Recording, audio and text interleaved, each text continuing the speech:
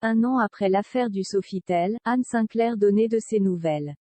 Dans les colonnes du Parisien aujourd'hui en France, en août 2012, la journaliste se confiait sur sa séparation avec Dominique Strauss-Kahn annoncée quelques semaines plus tôt par un proche de l'homme politique. Cet été-là, tout le monde se demandait comment elle allait. Cet été-là, c'est un proche qui a fait la révélation tant attendue. Meurtrie par l'affaire du Sofitel depuis près d'un an, Anne Sinclair se confie dans les colonnes du Parisien aujourd'hui en France en août 2012.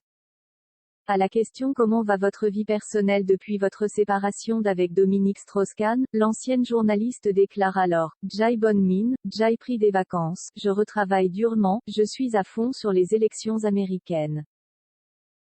Une réponse qui en dit long sur sa relation avec son ex-mari, accusé d'agression sexuelle, de tentative de viol et de séquestration par Nafissatou Diallo, femme de chambre du Sofitel.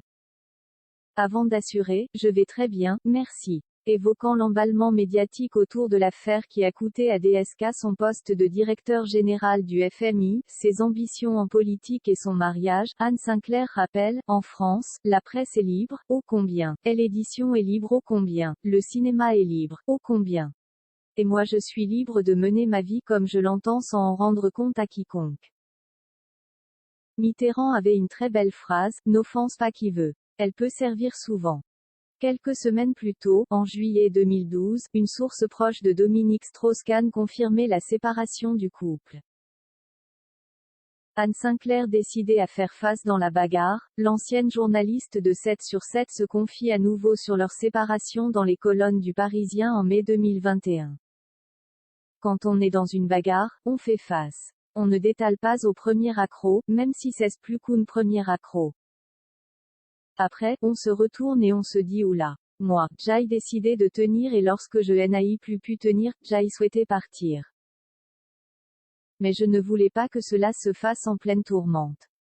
Au départ, dans cette histoire de New York, je n'avais pas de raison de ne pas croire ce que mon ex-mari disait et de trouver que tout cela était d'une grande violence.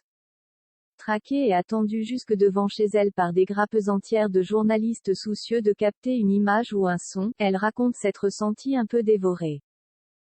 Ce n'est pas facile, surtout au sortir de la bagarre quand la loupe est sur vous, que l'on compte dans le monde 150 000 unes de journaux, se souvient-elle. Après, quand la vie est redevenue plus paisible, je suis redevenue une femme normale comme je l'ai toujours été. J'ai un compagnon avec lequel nous menons une vie heureuse sans faire les délices de la presse people. Désormais bien loin des frasques de DSK, elle raconte la même année au magazine Elle, je veux que l'on comprenne que je ne savais rien des comportements de mon mari. Je sais que c'est très difficile à admettre. Avant de concéder, j'avoue que moi-même, si on me racontait cela, je ne le croirais pas, mais pourtant, c'est vrai.